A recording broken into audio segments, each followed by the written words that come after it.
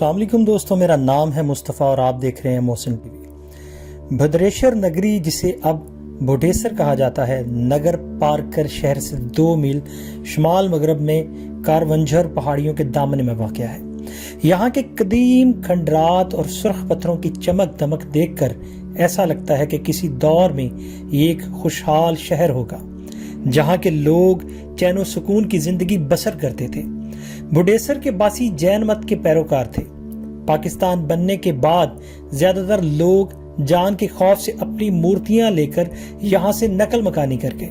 ان کی نشانی مندروں کی صورت میں آج بھی موجود ہے۔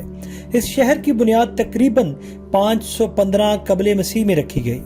سندھی شاعر نوکوٹو مارواڑ کے دوہے کے مطابق ہانسی نے اپنی حکومت کا صدر مقام پاری نگر کو بنایا تھا۔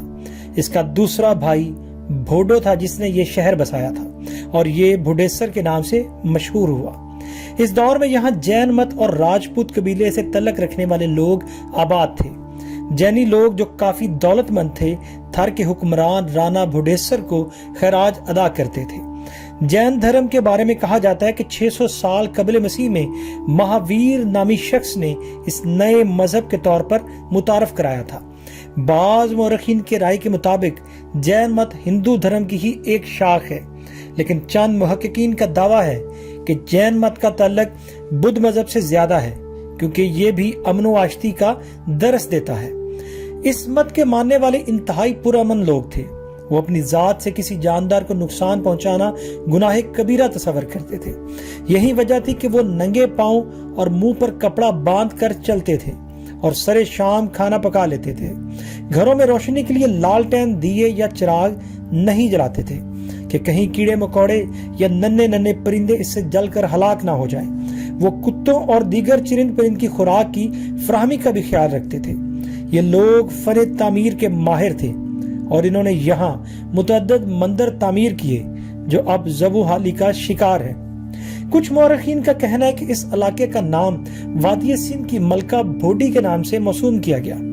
ملکہ بھوڈی نے کارونجھر پہاڑوں کے دامن میں خوبصورت تالاب بھی تعمیر کرایا تھا، جسے ایک موقع پر سلطان محمود غزنوی اور اس کی سپاہ نے بھی اپنی پیاس بجھائی تھی۔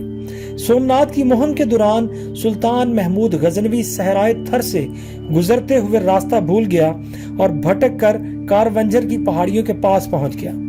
شدید پیاس کے عالم میں وہ اپنے لشکریوں کے ہمراہ پانی کی تلاش میں اس تالاب تک پہنچ گیا، جہاں اس نے اور اس کے سپاہیوں نے نہ صرف جی بھر کے پانی پیا بلکہ سفر کے لیے پانی کا ذخیرہ بھی کیا۔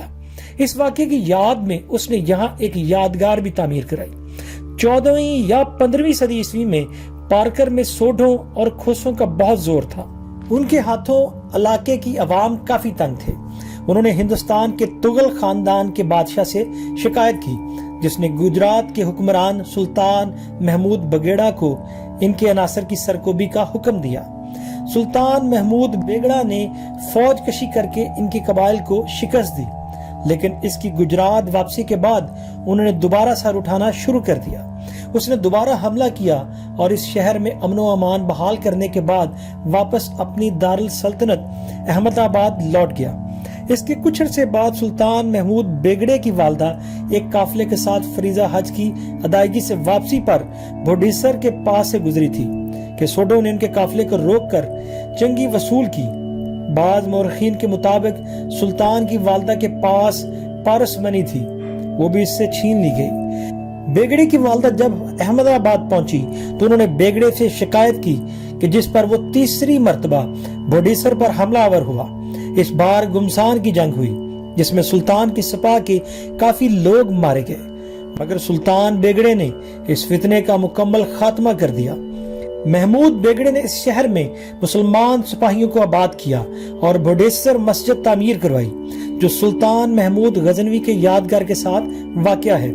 بھوڈیسر مسجد، جس کی لمبائی اور چوڑائی 30 فٹ ہے، اسلام اور جین مت کے پیروکاروں کی تعمیری فن کا لازوال شاہکار ہے۔ تمام دیواروں اور فرش میں سنگ مرمر کے بڑے بڑے پتھر استعمال کیے گئے جو ایک دوسرے کے ساتھ نہایت خوبصورتی سے جوڑے گئے ہیں۔ اندرونی اور بیرونی حصے کی تعمیر میں کوئی فرق نظر نہیں آتا۔ مسجد کے 3 گنبد اور وہ محراب